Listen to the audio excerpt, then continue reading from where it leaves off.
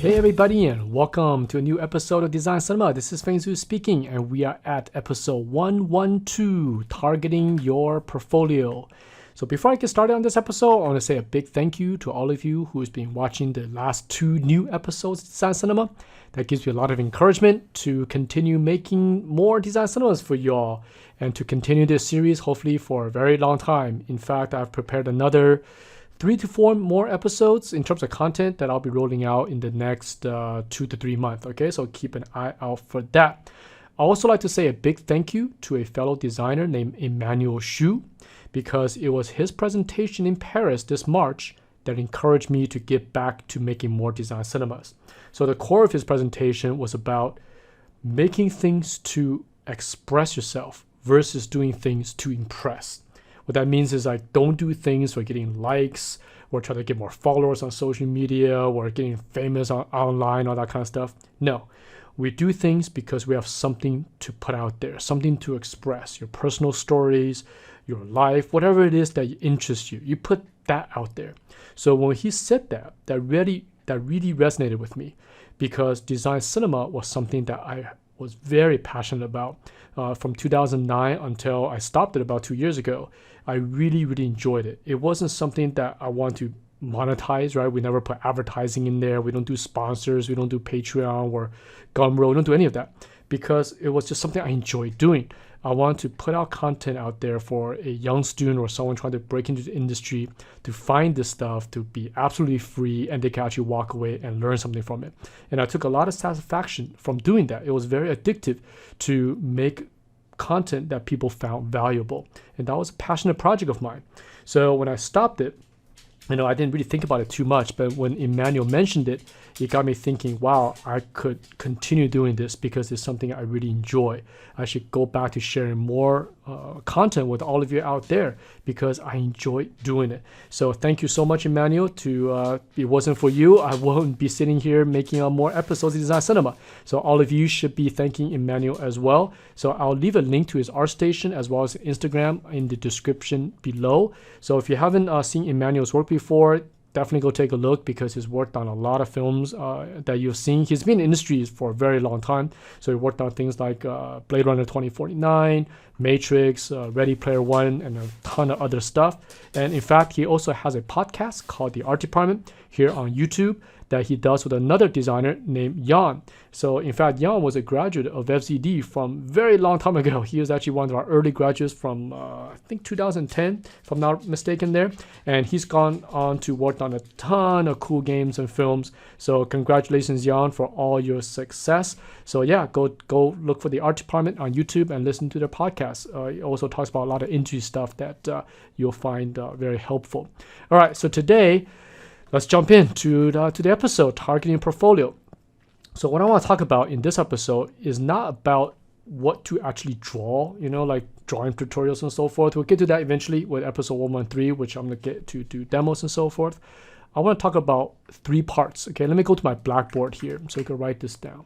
Okay. Part 1 is what you do in your portfolio in terms of content difficulty. Okay. Part 2, we're going to look at the industry, okay, and what it does in terms of content from easy to hard. Okay, because that will give you a market perspective, okay, or market view of projects available. Okay, and part 3, we're going to look at some real examples of projects, okay, and why they are easy and why they are hard. Okay, so today's episode really is about easy versus hard. Now, easy is a subjective word, doesn't mean it's really easy. Easy just means it's a little bit less, I guess, or another way to explain this, a little bit less difficult to do, okay, versus hard. This all makes sense as we get this episode going here. Okay, so these are 3 parts we'll be talking about today. And if you understand how all this works, then you can start looking at your portfolio and go, okay, does my content meet the demand of the market out there, and if the demand is there, how much of it is actually there according to what the industry does. Okay, so these are 3 parts we're going to be talking about. So let's get back to our slides here. Next slide. Okay, so as developers, right, we as concept designers are part of the development team.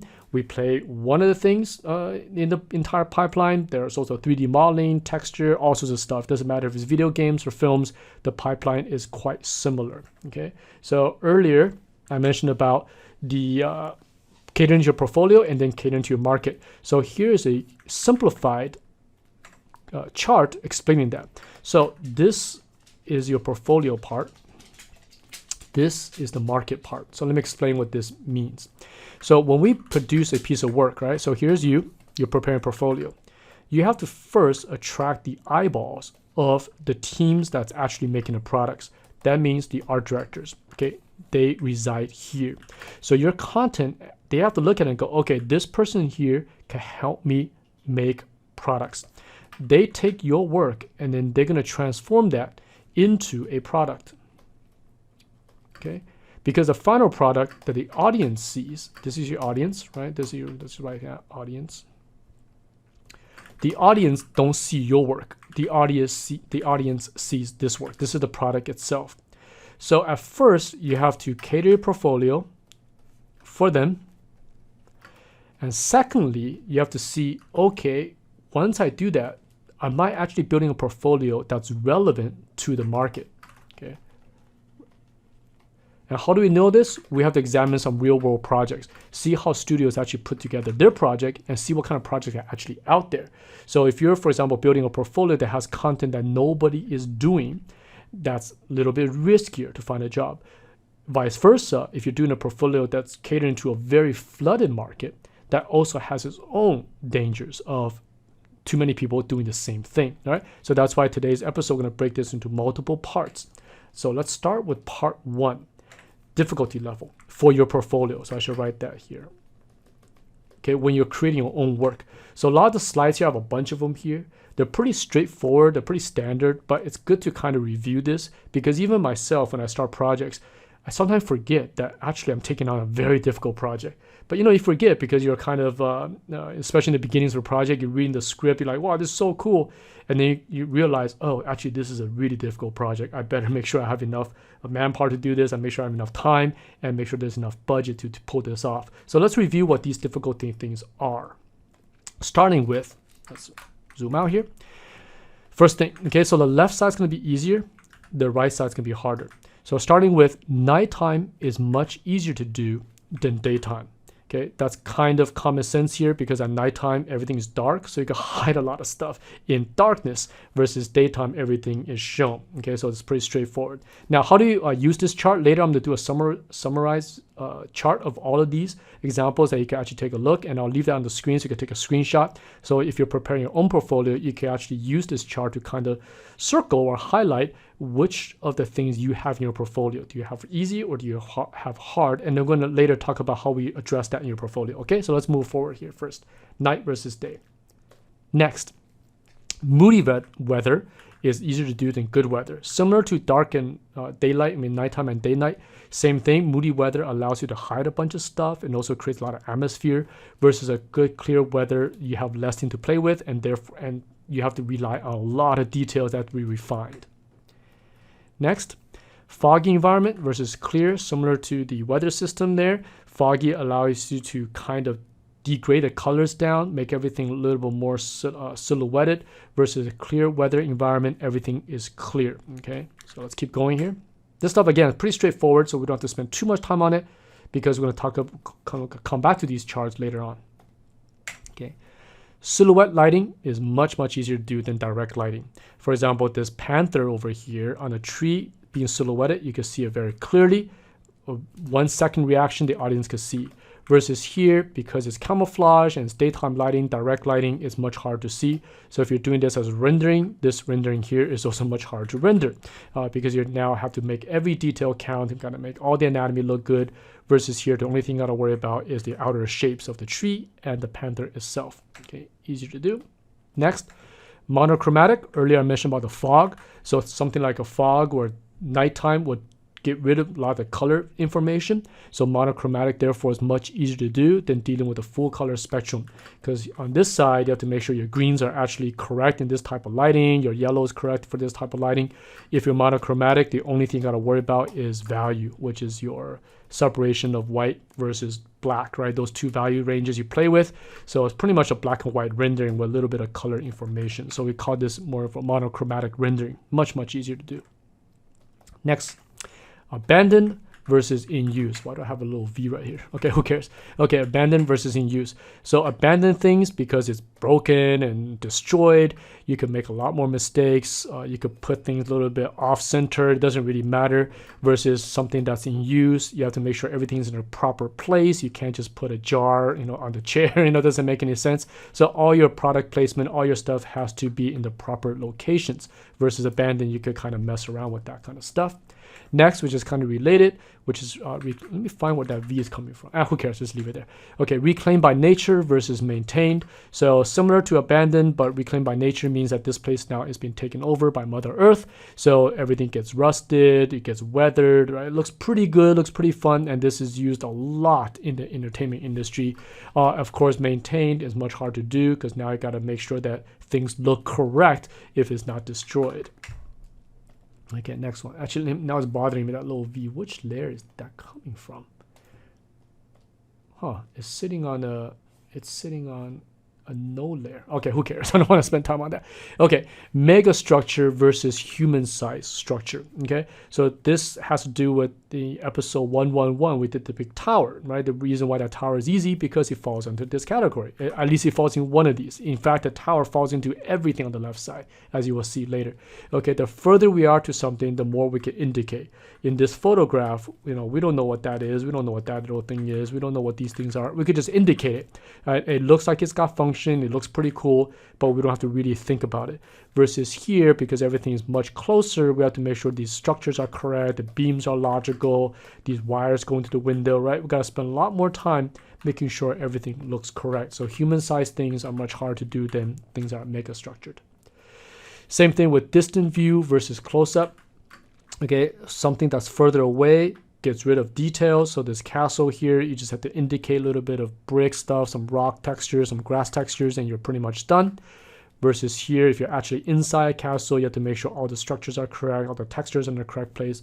Much more difficult, right? So similar to the big tower view, this is just have to do with distance, but the results are similar. Next, ancient history stuff is much easier to do than modern history. The reason for that is because ancient culture tend to have a lot more details and they're also very recognizable. Versus modern stuff, it tend to be a little bit smoother. You're dealing with much difficult materials to render as well. For example, reflective materials come in, cement, glass, right, metal, all these kind of things, in which ancient stuff, you're generally dealing with just wood and stone, that's it. So these materials are not highly reflective in most cases, a little bit easier to render. Next, okay, iconic culture versus global culture. So iconic culture are things like, for example, in this photo, we have a medieval French town. This could also work for feudal Japan areas. You could work for like Turkey. You could work for Africa, right? All these ancient cultures, because they're very recognizable and they're iconic. So therefore, you don't have to spend too much time selling this concept to the audience. A modern culture or global culture is much harder because as these, especially these kind of very developed cities, they all tend to look the same. So New York City, the downtown CBD area looks pretty much like the CBD in Shanghai, looks pretty much like the same one in Paris. They all kind of take on the same look. So now you have to do a lot harder work to distinguish these areas. That's why most projects tend to avoid this kind of situation because it is harder to showcase the iconicness of this design. Okay, next one. Classical design is easier than modern design. Classical gives you a lot more details generally to work with, a lot more little fun shapes and forms everywhere. And you can also mess with the proportions a little bit and it'll still look okay. So if you make the statue a little bit bigger, make this a little bit smaller, in most cases you could get away with it. Versus in modern architecture, if you mess with the proportions just even a little bit, it could look kind of ugly. Just like a modern car, if you mess with the headlights, you make it a little bit small, a little bit big, it could tend to look ugly. And to find that balance of looking good and looking not so good requires requires experience. So if you're a student trying to get into this, modern stuff is much hard to do. We so generally push students to do things that are in the classical design era. Okay, next one. Geometric structure versus organic structure. So geometric obviously is easier to plot on a perspective grid versus organics. It has perspective, and you have to make sure these details are done correctly, making it much harder. So I encourage you could go back and watch this video maybe twice, because I'm going through this pretty fast. Again, a lot of this stuff is common sense, so I don't want to spend too much time dwelling over them. Next one. Exterior is much easier to do than interior. That's why if you see someone who's not so good with environments, they tend to do exterior environments with everything that I just mentioned on the left side. Okay, like those towers again is one of these, right? They're exterior. The reason why interiors are harder is because now you have to put a lot more logical stuff into it. For example, the layout of the living room, where the furnitures are, where the staircases are, where the support structures are, where the light positions are, where the AC units are. All those things have to be a little bit more logical. Versus exterior, you still got to make sure your windows and doors and stuff are lined up, but you don't have to worry about what goes on the inside. So you're solving a little bit less problem than you are to solve when it comes to interiors. Okay. Next one here. New showroom versus lived-in. So this is what I generally call the IKEA room. Okay. So there's a showroom. Nobody lives here. Nobody lives in an IKEA showroom. Once we move into a house or an apartment or whatever living space, personal items start to come in, and those personal items defines who you are, something we mentioned in episode 111 about who and why. So once you put that in, it gets much more difficult. In this case, this photo examples here, you can see this person eats at McDonald's, they listen to Radiohead, they play the guitar themselves, they read certain kind of books, right? Maybe into old cameras. So you could see a little bit of personality start to come out, but to design this requires a lot more work. Next. Natural stuff versus man-made. So natural stuff allows you to get away with some mistakes, especially organic trees, rocks, that kind of stuff. And therefore, you see a lot more of this kind of stuff in student portfolios. You see a little bit less man-made, because man-made stuff has structure, and you have to make sure that it's kind of rendered correctly. Next, even dealing with the organic stuff or nature stuff, there's difficulty levels as well. So segmented, hard surface nature stuff tend to be easier than your soft surface smooth stuff. So something like a bug, a crab, right? A lobster, the praying mantis, a spider, right? They're kind of like little robots, so they're easier to draw. Versus something like a tiger, a panther, an elephant, a cougar.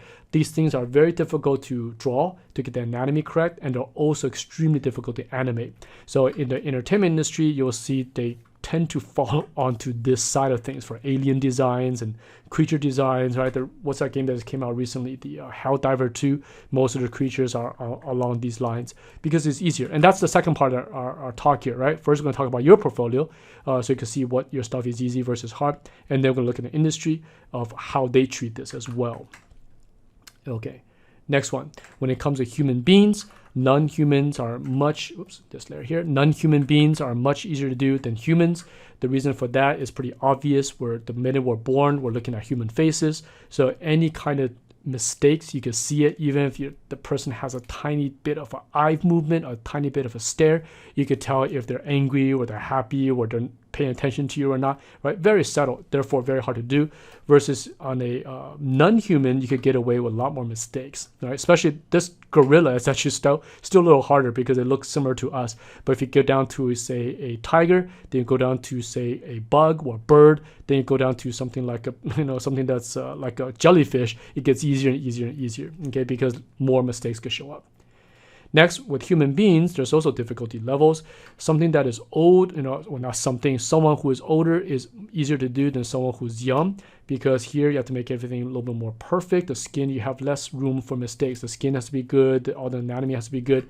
So older stuff, you could play with wrinkles. You could play with different forms. You could play with different hairs. You could have a lot of quote-unquote mistakes on their body because of aging. So you also see the entertainment industry tend to do a lot of this kind of stuff, right? They might make their lead characters someone younger, but a lot of the side characters, NPCs, they tend to take on the old, right? All this stuff, I hope is now starting to make sense. You can see how this stuff works in your portfolio as well as in the real world projects. Let's keep going here. Loose clothing versus tight fitting. So loose clothing has a difficulty in terms of simulation once you put it in a product. But in terms of visuals, loose clothing looks much better because you can hide a lot of the anatomy. You can also put a lot of details. You can have them dangle weapons and put all sorts of stuff, right? So in video games, you see like modern military, they're carrying all sorts of gear. If it's an ancient thing, they have like this kind of clothing and swords and shields and, headbanders because it looks cool. Versus something like a tight fitting, you don't have too many things to do in terms of visual design. You have to basically use graphics to separate this kind of stuff, like what they did here with the F1 driver here. And also everything that has to do with anatomy now shows through. So you're doing animation. Any mistakes you do, you can see it. Versus you can hide some of that with loose clothing. Okay, next. Stylized is a little bit easier to do than photoreal. Now, stylized is still hard to do, but compared to photoreal or realistic stuff, real stuff is hard. So in this case, like you have one of my favorite Japanese anime series, Cowboy Bebop. They tried to make a Netflix version of it, but you lose a lot of this in translation, right? The stylized version, even though it's difficult to do, they could get away with a lot of cool stuff like timing, editing. They could cut out frames to make certain things, like for example, when Spikes do a kick, they can actually cut out frames to make that speed up. Same thing cannot be done in live action. It just doesn't work as well. So that's why this show kind of looks weird, because they took on a very stylized IP and tried to make it live action, and it didn't work. It didn't work well. Versus recently you have Fallout, which looks kind of real already in the game. It has a little bit of stylization in terms of the forms, but it's not stylized in terms of the characters and animation. It's kind of grounded. So they can make this transition to real world and it looks still pretty okay. So photoreal is much, much hard to do. Okay. Next, make-believe functions versus real functions. So here I found this little thing on Pinterest of this little alien and these tentacles. It looks like it works and it's good enough, right? It looks like it functions, it's good enough. Versus this camera here, every knob, every little joint here makes sense. So if you're designing something like this, you have to make sure it actually works, making it much, much more difficult to do. Next, dark and evil stuff, much easier to do than light and good. Okay, so again, a lot of games and films tend to cater to the easier side here because it's easier. Okay, next. High detail versus minimum detail. So here, for obviously, more detail you have, the easier it is to render, to show to the audience. Here, if you have no detail, they have to rely on other information to make it work, such as lighting, good composition, like really good camera work, and so forth, to make something that essentially has no detail still look really good. So you generally get this with very, very experienced directors like to play with this kind of stuff. Video games tend to almost stay away entirely from this, especially on your AAA side, because it's so hard to make this look good. Okay, next, exposed function versus hidden functions, right? So exposed means that everything here, you can see the details, you can see how this thing works. So if I press a button, you can see this thing actually go forward and hit the this little thing here. It makes a sound. Everything is visual. Versus a MacBook here, everything is hidden underneath this panel. So unless you have an actor doing something with this design, you cannot actually see how it works. So therefore, making it much more difficult to make it come alive. Okay, so hidden function. Next, let's go up here. Okay, so there are pros and cons, right? So that kind of ends the chart, at least the things I think are easy versus hard. So there are pros and cons to both difficulty levels. So let's talk about that real quick. Boink. Okay, let's first look at the easy side. Okay, so what are some pros? Mentioned earlier, you can hide a lot of mistakes with this side of things because they tend to be monochromatic, organic, dark, and so forth. It's also very easy to make impressive results. Okay, backlit stuff, silhouette stuff, dark stuff, you can make it look pretty good in a very fast amount of time. And therefore, it's also not that stressful when you're working on it. So I do these as well. They're quite fun to work on. And this is important. Okay, as we get to the second part of this talk, in which the industry does this as well, is not because they're purposely trying to make their stuff easy. They're trying to balance this. Okay, we're trying to balance this on a portfolio level. The second part of products is they're trying to balance this on a production level. So if they can manage the project to be somewhat easy in certain parts, they could put their effort and time into parts that are actually really, really difficult. And we'll analyze that, and then we could take that into our own portfolios, okay? So that's the pros. What are the cons? Cons is it lacks strong identity. because you could actually make this all look similar if everyone's following the same formula. So it's very hard to stand out in a crowded market, especially in a portfolio case. So if you're doing dark, evil, gothic stuff, the chances are hundreds, if not thousands of people are also doing similar stuff. And even if you have something that's, for example, you see something online that looks cool, you can actually copy that type of image very easily, right? Because it's using simplistic formulas. So if you see this one concept, like, hey, that's kind of cool, I'm gonna do something that's similar, you can actually emulate it quite easily. And as a result, this becomes a circle, right? And that's why the big tower thing that I mentioned is now becoming a circular thing that has no value. It's easy to copy, everyone could do it, and therefore it lacks all identity. Okay, so that's some of the cons associated with that. Now let's look at the hard side of this chart. Okay, what are the pros here? One of the easiest one to identify is it's easy to see, right? Easy to stand out. Because it's hard, less people are doing it. So if you make it successful, you might be one of the few products out there that have this, and that works for your portfolio as well. So if you're doing really difficult stuff that's on this chart, okay, you're illustrating very cool looking characters that's photoreal or realistic, you're doing tight outfits, whatever these things, you're doing real functions, you have this kind of content in your portfolio, chances are you're one of the few that have it, okay? Therefore, you have less competition when looking for work. And even if someone wants to copy you, they can't because your content is hard. Versus over here, right? If you look at someone go to ArtStation, they have this big tower thing, you could probably copy them relatively easy. But if someone's doing difficult things like this, even if you try to copy, it's hard to do. So it gives you a lot of protection if you have this kind of portfolio. What are the cons? Well, the cons is that you need a strong visual library. So if you're just getting into this industry and you're, say, relatively young and not that experienced, building this type of portfolio could be quite hard, right? And it could be very frustrating because you don't have the visual library necessary to build this, or you have to spend a lot of time building that visual library before you build this portfolio. So that's why part 2, we're going to talk about how to balance this out. So I can help you build a portfolio that's not entirely on this side, so we can have a nice balance of hard versus easy and how we do that. Okay, so we'll get to that in a second. So another con is that it's slow and it's expensive. For us as designers, that comes down to time, right? Time is money. So to build this kind of portfolio takes much, much longer time than it is to build a portfolio here. And that is something else you have to balance out. Are you in a hurry to get into the industry, or do you have a year or 2 years to invest before you get in? Those things matter, right? If you now are switching careers and you have maybe 6 months to a year of savings left before you have to get in, now you have to start to cater. Okay, what do I do? How do I do this portfolio? Because we have seen students that try to take on this kind of stuff, but they simply lack the experience or the time to do it. And they fail at these projects because they can't do it, because this stuff is laid out right in front of you. This is hard for designers. This is also hard for companies, and you'll see it later on, okay? This is pretty universal stuff here. It's very hard to see a project that is basically hard, but they could do it really quickly and make it look really good. It's just, you just don't see too many things like that, okay? Let's do the last one here. These kind of projects also tend to be highly stressful. Okay, doing this kind of stuff, the slower project is, the more difficult it is, the more stress it becomes. And stress could actually lead to high failure rate. You could do 1 or 2 pieces on this project, and then maybe on your third one, you're thinking, man, each one of these is taking me 2 weeks to a month to do. I'm too tired. I don't want to do this anymore. So, and this works again on the company side as well. Some projects die halfway through. They could be working on it for 2-3 years, and the project dies, where it needs a new injection of cash to continue because they burned through all their money, right? And we'll see that later on as well. So these are some major cons dealing with the hard and the easy.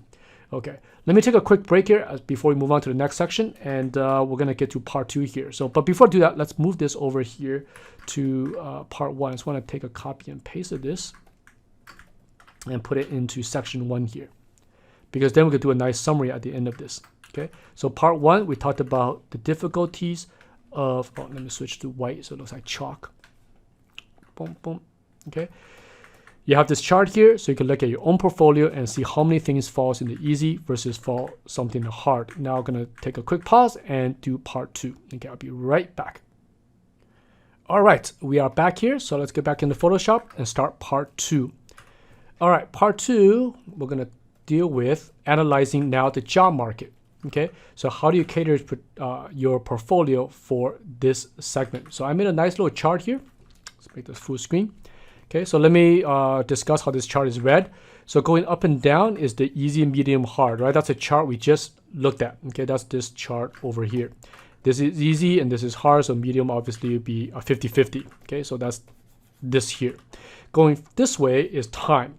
So how long it takes you to prepare this portfolio. So let's look at the easiest corner here, the left corner, the bottom left corner, which is you don't spend too much time and you only do the easy stuff.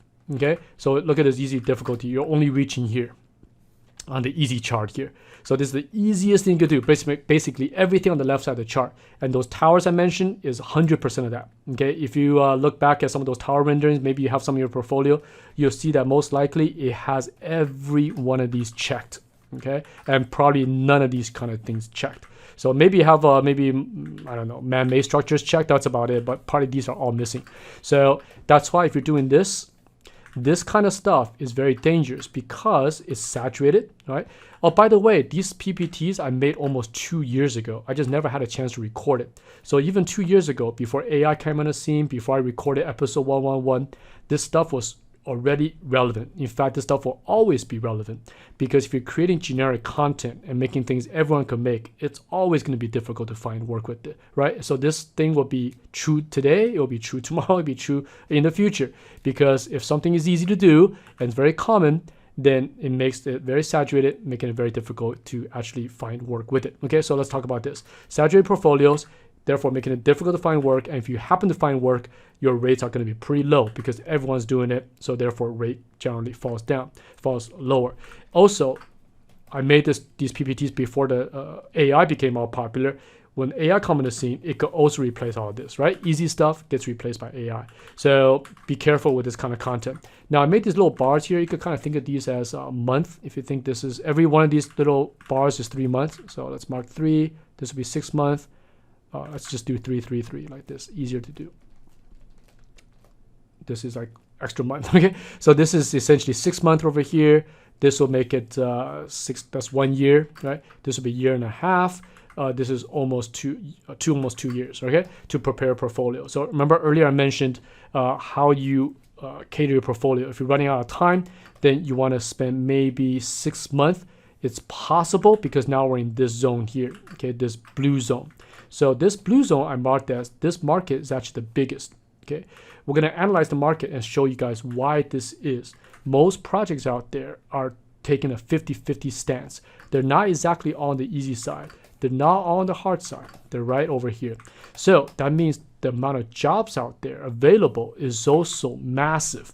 Okay, so if you're doing a portfolio and you want to put your stuff right about here, you actually have a chance to get a job simply because most of the products fall in that category. Now, the ideal location is actually right here, in which you're getting into, see the medium here, right? This is still in the easy, approaching medium here. You go right into medium to hard. This zone is your ideal. Now, most students cannot get into this zone. Most of our students fall over here. That means these projects might not be ideal either. The ideal project here generally means they have very big budgets. They're probably pretty safe student to work for, and they also have longer development cycles, meaning that you can have this job for a pretty long time before the project ends, and they might get rid of the team. But to get here, notice I made this kind of color gradation here. It means that you have to spend a lot more time. This is almost 1.5 years preparing your portfolio, and you have to have content that's getting into the very difficult side of things. Okay, so most students don't have this, but if you can have the ideal target, you have really good projects like I mentioned, and most likely you have very good rates doing so. And then the very, very small market is long time to make, and you're hitting the most difficult part of the designs. So most designers don't reach this pinnacle. Okay, very few, the top 5-10% could hit this. But if you happen to hit this, then you're dealing with a very, very small market. So there's a danger to that because the amount of projects that could use you on it is also limited. Okay, only in an entire year, these kind of projects, there's maybe just 1 or 2 of them.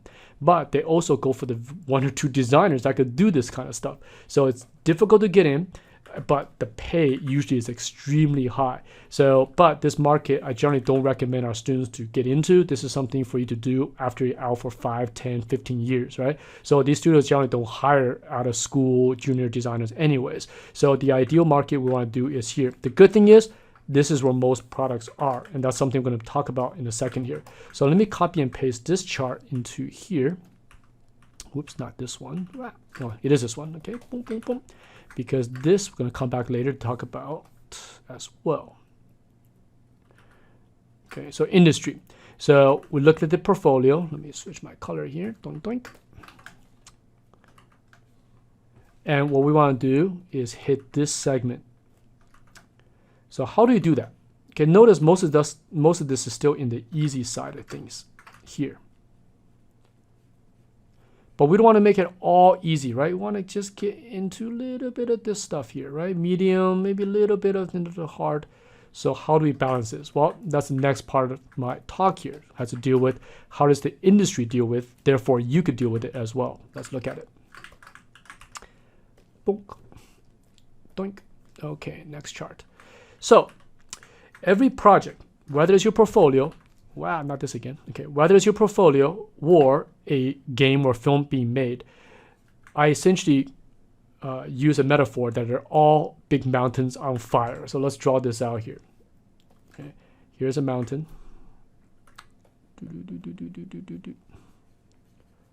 Okay, and everything's on fire. Right, fire, fire, fire. Each of these fire represents some part of production that producers and directors and so forth have to put out. For example, 3D modeling is this one, right? Animation is this one. Texture is this one. I don't know, sound design is this one, right? Acting is over here. Voice work is over here. Rigging, right? Just all sorts of stuff. All these departments start out in complete chaos. Okay, everything's like crazy. Everyone needs to be managed. Everything has to be on schedule. So everything's a fire over here. So studios want to put these fires out. So the same thing works when you're doing your own little world here, which is concept design. So let's move this over here. So you have your own little fires when it comes to design. Okay, so what are those things? Well, all these fires. So it could be, for example, function, okay, history, right, story, selling point. Okay, remember the who, the why. Okay, they're all part of this, right? The what's, the where's, right? They're all different fires. So we have this many fires to put out, and you're just one person building a portfolio. That's a lot of stuff to do. So there are ways to actually mitigate this so you can focus your time on the things that matter. So let's look at the next chart.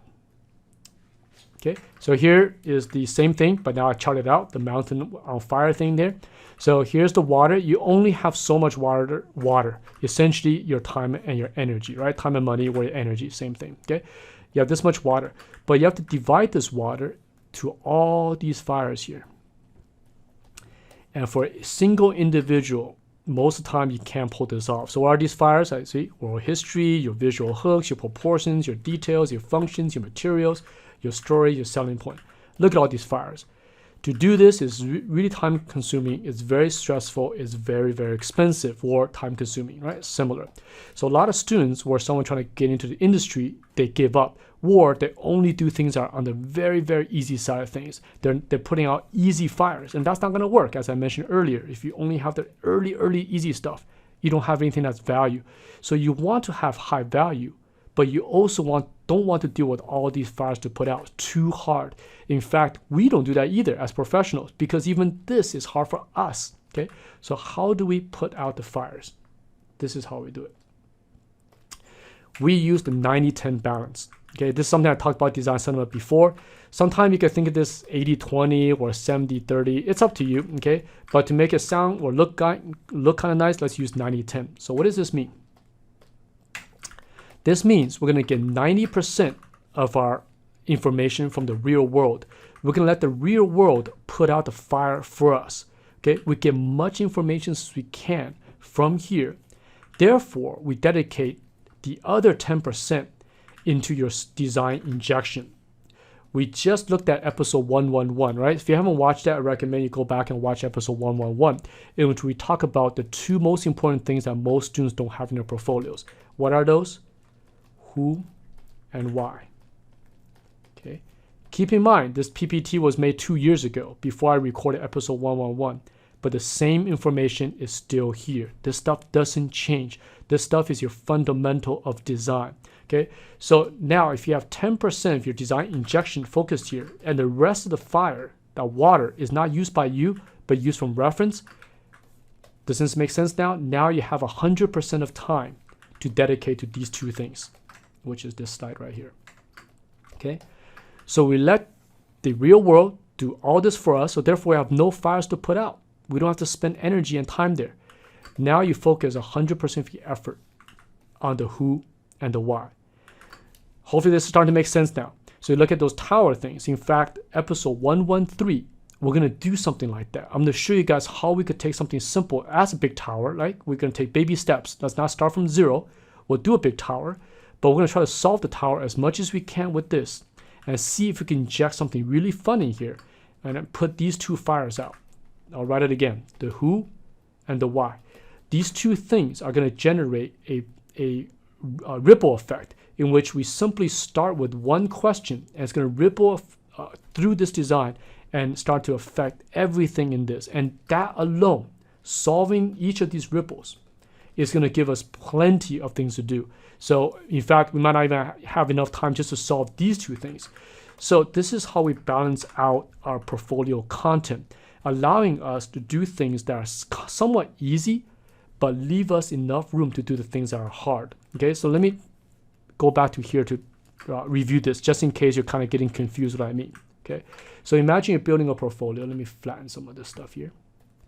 Okay, you're building a portfolio and you want to do something that's difficult, right? But if you only do things on this side, that's really, really hard. That means even if you're using real world references, using 90% real world, it is still quite difficult. So you could choose a bunch of stuff from here. Okay, bunch of stuff from here, and get as much real world references as possible, and maybe choose one or two from here and spend all the time developing these two. Okay, making that your core selling point, your story points. And again, later we'll see that industry does the exact same thing. And if they're doing it, that means those jobs are out there. So if you do it, you could also get those jobs. Okay, all right, let me put this over here. Go back to this chart over here.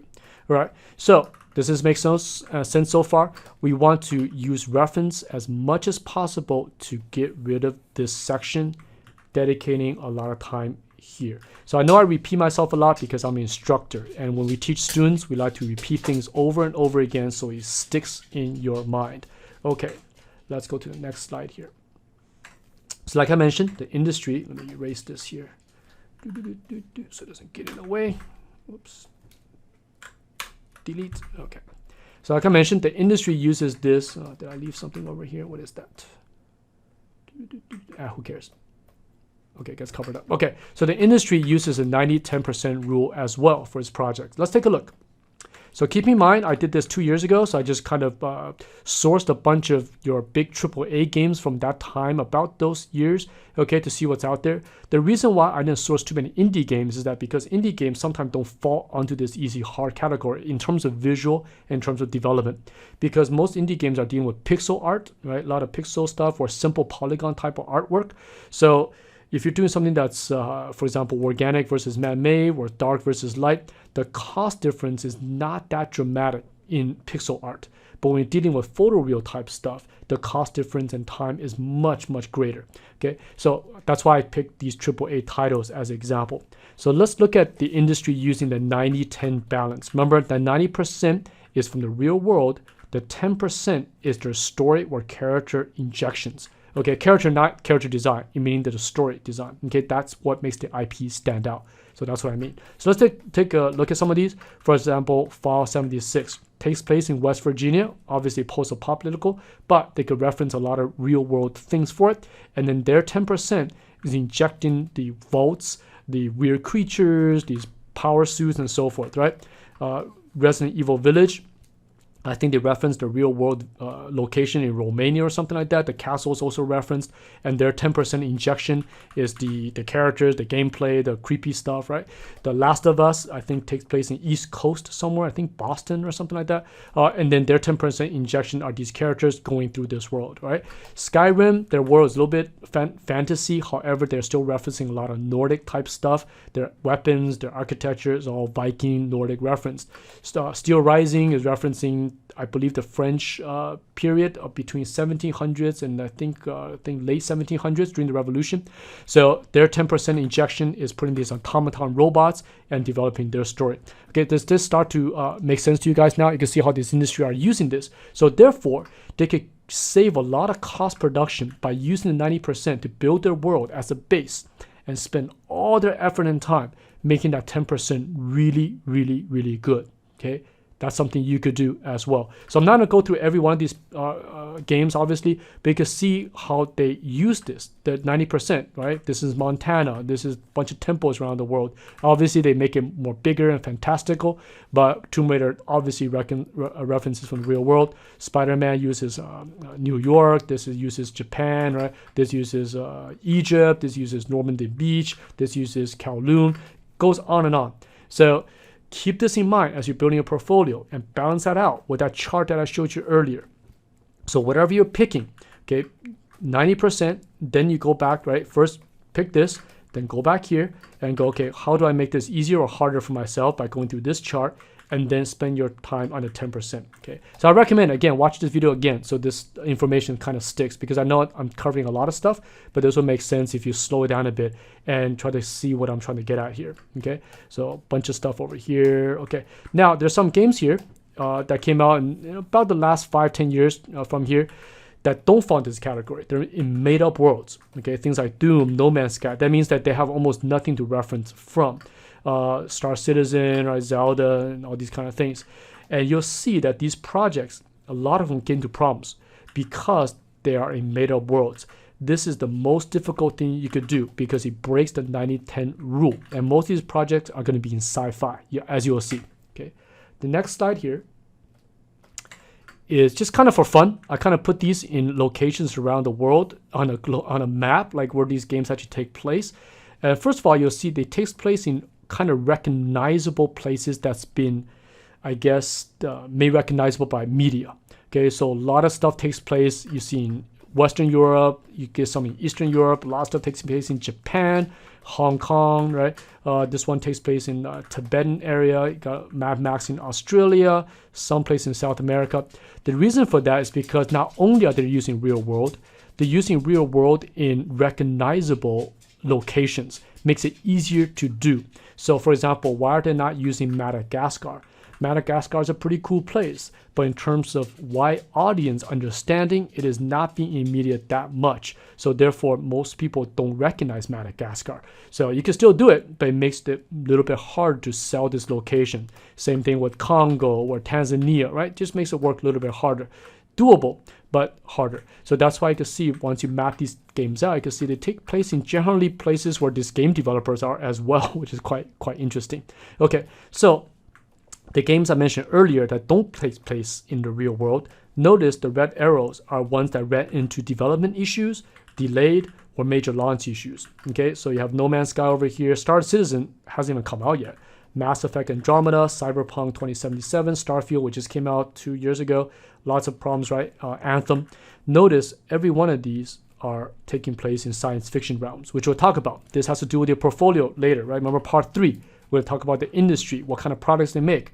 And if you're going to cater your portfolio towards, for example, science fiction stuff, you could totally do it.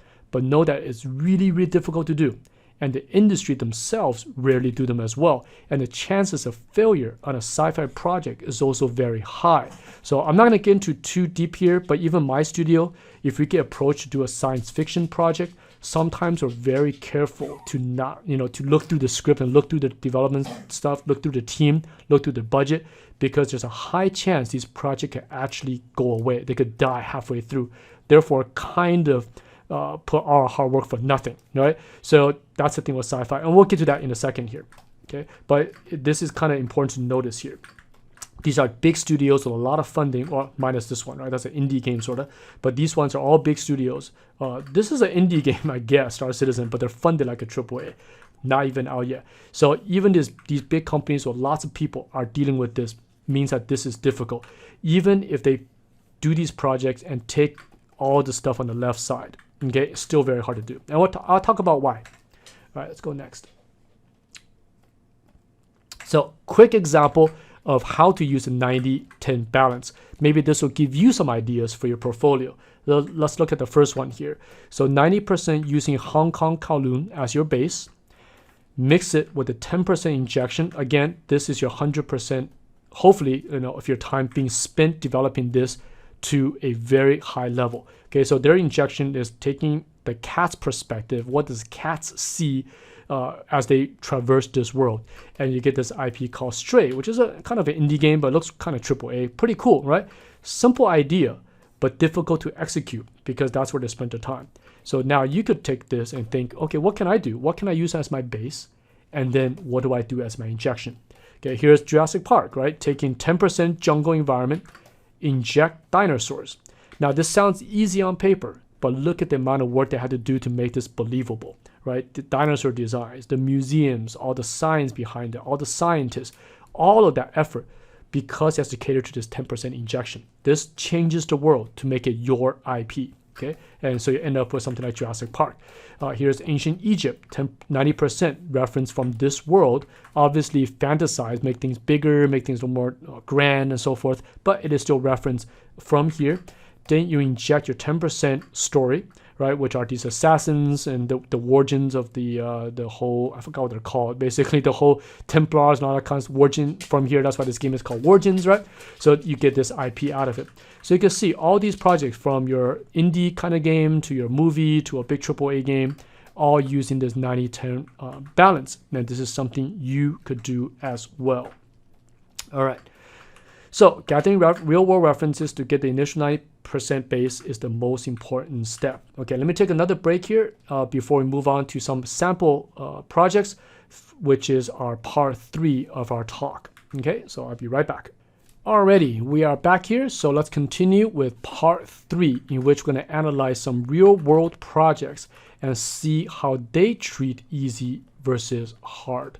Okay, so this is no longer about your own portfolio, but about as they get into production, what type of projects they actually take on and how that affects the timeline, as well as how many of these things are actually out there. So why is this important for us? Because we have to make a portfolio, but we also have to know that are there actually projects out there for us to work on? Okay, what kind of stuff is mostly saturated in the market? What is rare in the market? And that can make you help you make a decision in terms of what do you want to cater your portfolio towards. Okay, so let's jump right in. Let's look at project number 1 here. Okay, example project. So the first project is, let's do something on the easier side of things. Okay, again, easier on the production side.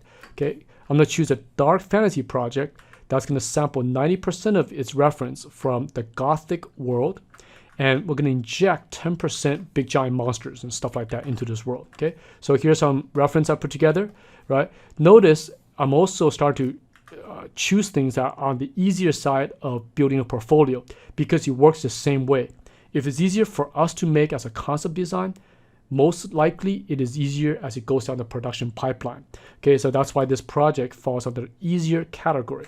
So why is that? Because look at it here. I put the chart back in. That project almost entirely can be done using this side of things. Little bit on this side. For example, we have to do closer up stuff. Let me change my color here so we can see. Okay, stuff that are closer. For example, medieval castles, gotta get closer there. We got a little bit of organic architecture. We gotta do some interiors. We gotta do some storytelling. But the rest of the stuff pretty much is non-existent, making this project overall easier. So therefore, that 10% injection, we can make it really, really good. So what is a real world project that done that? Well, something like Dark Souls have done that. Okay, so they're dark fantasy that uses not a lot of Gothic kind of base, and they have a bunch of creatures and monsters in their thing. So you can see their game throughout the years look, very similar in terms of the way they do it. So all this falls on the left side of things, the easier side. But that doesn't mean this is an easy project to do. I want to make that pretty clear here. easy to produce doesn't mean this project is not good. What that means is that you could then save your time, that last 10%, to make that part really, really good. In the case of Dark Souls, they spend their 10% on making their combat really good, their game balance really good, right? Their game world lores and everything really good, and that made the game stand out. But they could do that because they could spend less time producing the world, therefore also reducing the budget. So if you look at the timeline of how many games they have made a game pretty much every 2-3 years, right? So you can see, Demon Souls or Dark Souls 2, they got Bloodborne, which is probably made by 2 different teams here. And then within 2 years, they were able to do Dark Souls 3, then Remaster, then Sekiro, and then Demon Souls, and recently they made Elden Ring. So they kept the easy side of visuals throughout the entire series of their games here. But they have slowly upgraded their gameplay and game design throughout the years. So even the Elden Ring is not a cheap product to make. They could spend a lot of their money making that 10% really, really good.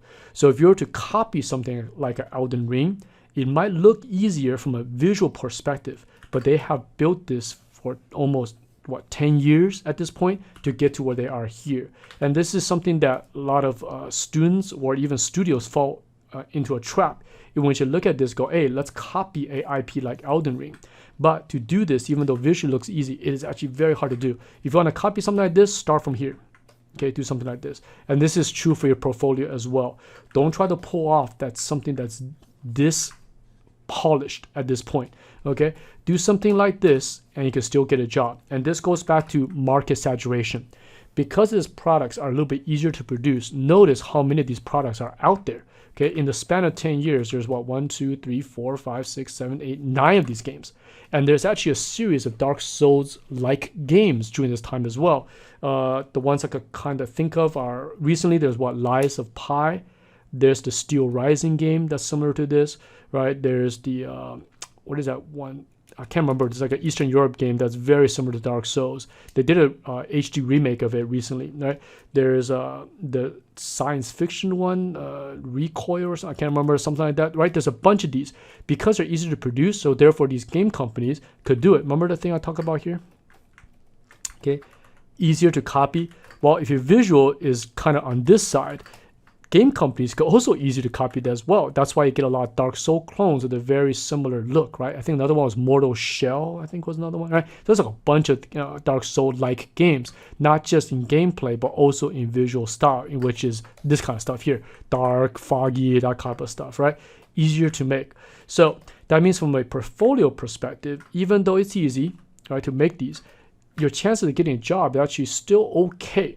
Okay, so you can still produce these kind of things. And we have students doing these. But the point that you want to push is, okay, again, I mentioned this many, many times now. If you're going to do something along this line, make sure that the hard stuff you inject is done really, really well. Okay, the who and the why, do that really, really well. So that, therefore, when you go on an interview for your, for jobs, you could tell a good story. You could convince them that, yes, the visual might not be the hardest stuff to do, but your imagination and your storytelling elements are very, very strong. Okay, just like these games here. Okay, so all right, let's go to the next one here. Example project number 2. So for this one, we're going to do a alternate history project in which it's medium difficulty. We're going to sample 90% from the Victorian era, like late 1800s, and we're going to add a 10% injection of strange machines. Okay, so here's some references that we could get from the real world. And then, but we have to change this slightly because this world is not exactly realistic, right? And we have to design these things out so they're more like machines. So looking at this, we're going to chart this out. Now, this world is going to have about 50% hard, 50%, right? It's very equally balanced at this point. So that's why this project now is a medium difficulty. Therefore, it's harder for the studio to make as well. So if you look at the real world, there are projects like this. Dishonored falls into this category. So their game is gorgeous, beautiful looking game. But this game, if you want to do a copy of it, there are very few games that look like this. In fact, I'm trying to think of it. Maybe BioShock Infinite look like something like this. Prey is their own game actually, but it's not exactly like this. See, unlike Dark Souls, the games are similar to Dishonored far in between, right? You could say maybe Deus Ex, Mankind Divided has a little bit of this, but not really, right? So they stand out. Like I mentioned earlier, if you're doing things that are in the hard category, your IP becomes quite strong, okay? But look how many products are out there with it. There's just 2 of these, right? And they took them 4 years apart to make the next game, and they never did a 3.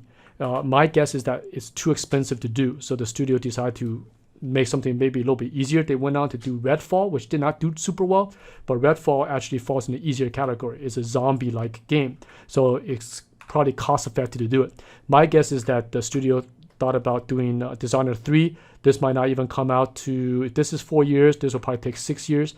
So 2022, basically it just came out. If they were to do one, probably 2023, if they did it. So my guess is that they thought this is too risky. They ended up not doing it, okay?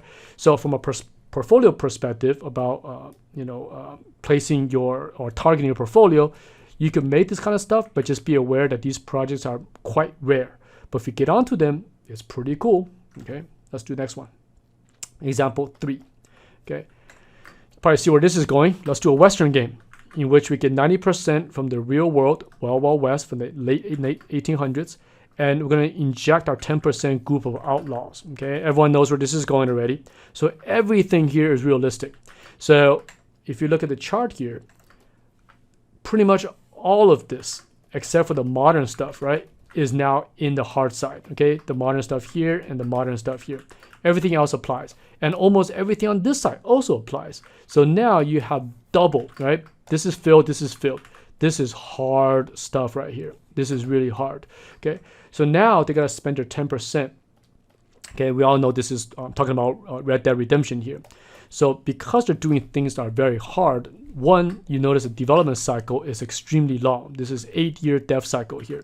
So because they're doing the hard stuff, now they got to make sure the textures look good, their animations look good, their story has to be really, really good, right? So that's where they spend their 10%.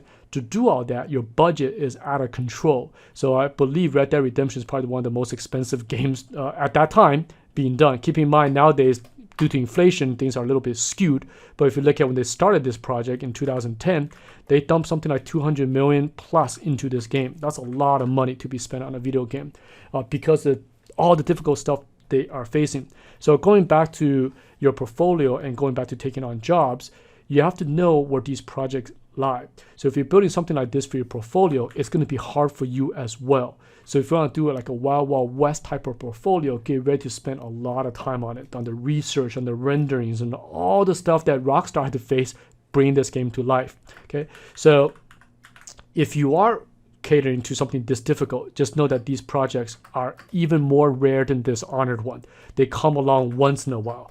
So the next version of this game, if you look at this as 8 years, the next one probably takes 12 years. So looking at 2030 probably for the next Red Dead Redemption, I don't know, maybe even longer. Okay, who knows? I have no idea. Maybe they started already. I don't know. But it's going to take a long time. So yeah, this could be an easily 2030 game for the next version of this game. So that's difficult. But if you happen to get onto this game, that means you might have a job for the next 10 years. You know what I'm saying? So if you're doing a good job, they're not going to let you go. So you're very, very safe on these projects versus the Dark Souls stuff. Actually, we have graduates who worked on Dark Souls games. Their contracts last anywhere from 3 to 6 months. That's it. That's the dev cycle of that game. Versus we have students who worked on something like Dishonored. The contract jobs are much longer. They could go for a year to a year and a half. So if you get onto Red Dead Redemption, again, you could be on it for 10 years. So this is where you make your balance of what you want to cater your portfolio towards. Okay, project number 4. Now let's do a very hard project. Very, very hard project. So this is a dystopian sci-fi project. The reason why I put 50% city reference is because if you're doing sci-fi, most of the stuff you cannot reference anymore because it doesn't exist yet, right? It's in the future. It's science fiction. It's in the future science-fi. So we can only reference some stuff from the real world. The other 50% injection, we have to make it up. So this already makes your project extremely difficult because you cannot use the 90-10 rule here. You have to use like a 50-50 or 40-60, right? This is where a lot of students get into trouble because they want to do a very difficult sci-fi project without the experience, and they have no references to use. And they generally fall into 2 categories. Either they do very generic sci-fi, like just big military spaceships and generic sci-fi towers, which has not much use at all in the industry.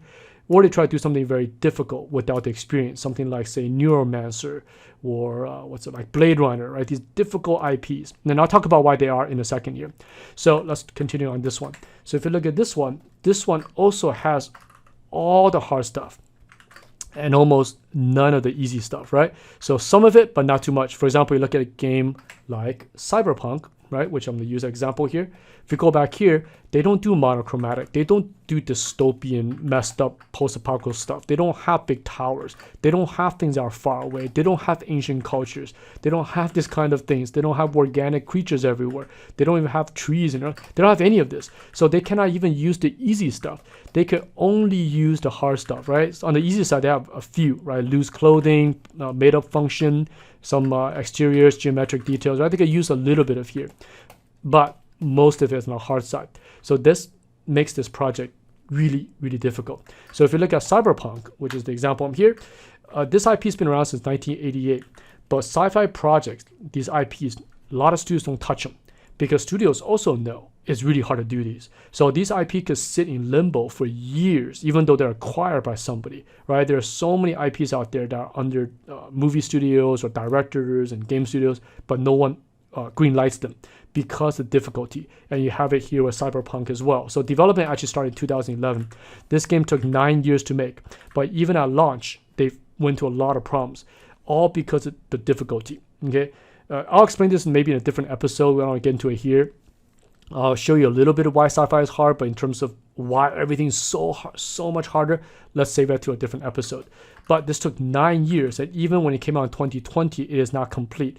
Just recently, in 2023, with the 2.2 patch or something like that, 02 patch, the game is finally in a very good state. So if you look at this as the final date, this is 12 years? 12 years in dev. That's a lot of money and effort put into this project. And that could easily have tanked the studio if they didn't have money in the bank accounts, right? Imagine seeing 12 years making this game and it doesn't sell. That could actually end the studio. So these projects are extremely rare. So sci-fi projects are super hard to come by. Did I make a thumbnail here? No, I didn't. Let's go back to that one. I want to make a copy and paste of that and just put it out there. Whoa. Okay, where is that? It's right... Hold on 1 second. This one. I want to put it here because this is sort of our part 3. Okay. These are the kind of projects that are out there. Oh, Photoshop's not letting me draw again. Why? Okay, anyways, I don't know why it's not letting me draw. We're going to take a break shortly anyway, so I'll fix it. Anyways, you can see how many projects are in the real world versus projects that are taking place here. Look how many are science fiction and look how many get into trouble, right? And they're also extremely rare. So something to consider when you're building a portfolio. Be aware, science fiction stuff is rare, okay? All right, so let me take a quick break here. Let me fix my Photoshop, why it doesn't let me draw, and I'll be right back to finish off this episode. Be right back. Alrighty, we are back and Photoshop's letting me draw again, so let's continue here. So this last part is kind of like a bonus part, which I talk about why science fiction is so hard, because I know some students watching right now, you're probably into science fiction and you might want to build a portfolio into sci-fi. So if you're going to do that, let me just give you a little bit of insight into some stuff you have to solve if you're doing really good sci-fi. So let me go back to my chalkboard real quick and let me write my version of good sci-fi. Okay. My version of good sci-fi is some kind of technology change. All right, could be a change, it could be an introduction. Okay, this one alters life. Okay, alters everyday life. Okay, not physically, like, actually some sci-fi physically alters life, but it alters how we live. And this is the problem you want to solve. Okay. When this technology is introduced, how does it change your world? This, to me, is a very good science fiction stuff. Okay, the generic military spaceships, the mechs, that stuff is fun, but it's actually kind of easy sci-fi. And right now, that stuff is very saturated. Okay, basically your mechs, your spaceships, ships, big towers, Okay. Now, this stuff is still existing. There are games that can still use this, but this all you have is a little bit hard to get a job. So if you do good sci-fi, this is the next part I'm going to talk about. What are those things that alters life? That stuff requires you to kind of make educated guesses. And that's why this is hard. Okay. Movies like Blade Runner introduces an android that is now looks like a human. That introduces a dramatic change in the world they inhabit. So the whole world evolves around how that story evolves around this new change or introduction of technology. Okay, so let's do some examples here before we end this episode. Okay, so I already talked about this, why sci-fi is so hard, because there's no references. You have to guesstimate everything. Okay, and the reason why we have to guess is because design evolves over time, right? Or did I spell this wrong? It should be evolves, right? I think that's correct. Okay, for example, technology advancements changes things, right? Let's use the example of homes and how technology changes. In the beginning, our homes are just built from materials around us, like a cave or trees, branches, some mud, right? Slowly, we start to advance in technology. We get stonework start to show up, and more stonework shows up here. And we start to get better materials, better manufacturing processes, so the homes can become more sturdy. Windows, glass gets introduced, right? In the 1800s, we get manufacturers start to show up, so you can mass produce parts. And in the modern stage, we have something like this. But what is the next version of this? We don't know, right? That's for you to guess. What technology advancement is going to come along that can possibly change the way we live? Again, this is just one example of technology advancement. You can say the same thing for cell phones. You can say the same thing for computers. So when you do a sci-fi project, you have to kind of look into the future. And that's why a lot of concept designers who do future stuff, sometimes they call themselves futurists, right? We kind of have to see into the future. And if you don't have enough experience in this field, it becomes really difficult. And if you fall back on generic spaceships and stuff, you're not really doing too much real sci-fi design. You're doing kind of like the very first level stuff, and that stuff is very saturated, like I said. Okay, next one. Chasing better performance could be in science fiction. In this case, let's look at cars, right? So we started with horses, right? It's a performance thing. It makes us go faster. So we use horses as a technology. Then we make horses carry carriages. Then carriages start to take on a small engine and look like a carriage car thing. And that evolves into metal, we could form different complex shapes, and we get something that looks like more like a car. And then the 1950s, 60s, jets come out, and cars are looking like an airplane. And then the 1970s, gas prices drop, so cars become these huge megaton things that are very gas guzzling. And then in the 80s, because the gas price started rising, then we get the Japanese cars that are very light and gas efficient. And nowadays we're getting electric cars that are bringing back the cool sports forms, but yet they're electric powered. So then what's the next one? Okay, as we chase performance, because the performance here is always the same. It takes you from A to B. But notice how many things changed in this about 100 years or so. So if you're doing science fiction, what is the next one? Don't know. Pretty hard to solve. Okay, next one. Human nature also evolves over time. In this case, I'm going to show you an example of power. So in the early days of kings and queens, right, people in power generally have large spaces made from really nice materials. These are show of power because, for example, the peasant living in the countryside could barely sleep in a tiny one-bedroom, thing, and his kitchen is right next to him. But the king can have all this wasted space because it is sign of power. You get that in churches as well, and that same philosophy is adopted in fancy hotels, in which they could use a whole lobby to waste, right? Versus cheap hotels, every square inch is used for the guests, right? Like in Motel 6 and so forth. This kind of philosophy is used in Fortune 500 companies, in which the lobbies are just giant wasted space, right? They could tell you, we have the money, we don't care that we're wasting space. We're showing you how powerful we are. Same thing with CEO offices. So the workers are sitting in little cubicles, meanwhile the boss is sitting in this giant office, wasted space kind of thing. Show of power, right? Here's Apple's new location in Silicon Valley, one of the most expensive real estates on the planet, but they could waste this entire atrium for nothing. A house here costs like a shack here costs a few $1,000,000, and they could do this. Why? Show of power. So then how do you adapt that in your version, right? And that's stuff to solve. It's interesting little topics. Okay, last one here is sometimes new forms come out of nowhere. And when we're doing sci-fi, we're looking for these kind of things as well. In this case, this is the F-117 stealth fighter that the public saw for the first time in the 90s. It was in operation since the 80s, I think as early as the 70s. But in the 80s, it was in operation for about, I think, 10 years. It was in secret. So obviously, this shape was a form that could deflect radar, right? Making a very interesting form, unflyable in the beginning, and then later on with computer-aided technology, they could fly this thing. But this form was something we never ever seen before. So when the public saw this, it introduced a whole new form factor that influenced design, as you can see here. So I think the Tesla truck has a lot of that in it. Lamborghini for sure. Some trucks. This Batmobile definitely has influence from that. Stealth fighter, bicycles, even the kitchen sink, right? So when you're doing science fiction design, so many factors comes in, and that's why this is one of the hardest things to do. So next week, we're not going to do science fiction. We're going to do things on this side, okay? So going back to this chart here. So you have to find the right balance yourself. And that depends on your experience level, what your interests are, and ultimately what your career goals are. So if you're just getting started, you can start here and slowly work your way here. But always keep this stuff here in mind. Let's go back to this chalkboard here, okay? If you're choosing stuff here, also got to keep in mind, are you catering a little bit here so your portfolio becomes more advanced? And then you have to also think, is there a market for my work? All these three things have to be finely balanced. And throughout the next many episodes of Design Cinema, we'll dive deeper and deeper into this to help you guys build a portfolio. So next week, an episode, not next week, but whatever next episode, hopefully about 2 weeks from now, I'll do it. Episode 113.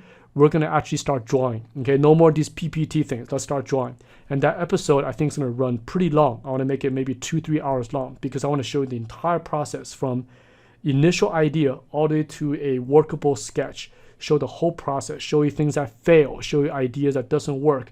All of it to show you guys how this stuff come together so you could see and experience it in real time, okay, without fast forwarding and fast cuts and all that kind of stuff. So that's all coming. And this chart is going to come into play because I'm thinking I'm going to bring this back for episode 113. And before we start our project, even in the notes phase, right, before we draw anything, as we make our visual, or as we make our notes, we could really kind of cater to how difficult do we want to make our project. So this chart will show up again in 113. Okay, until then, thank you so much for watching this episode, and I will see you guys in episode 113. Okay, Feng Zhu here, signing off. Thank you for watching. I'll see you guys next time. Bye-bye.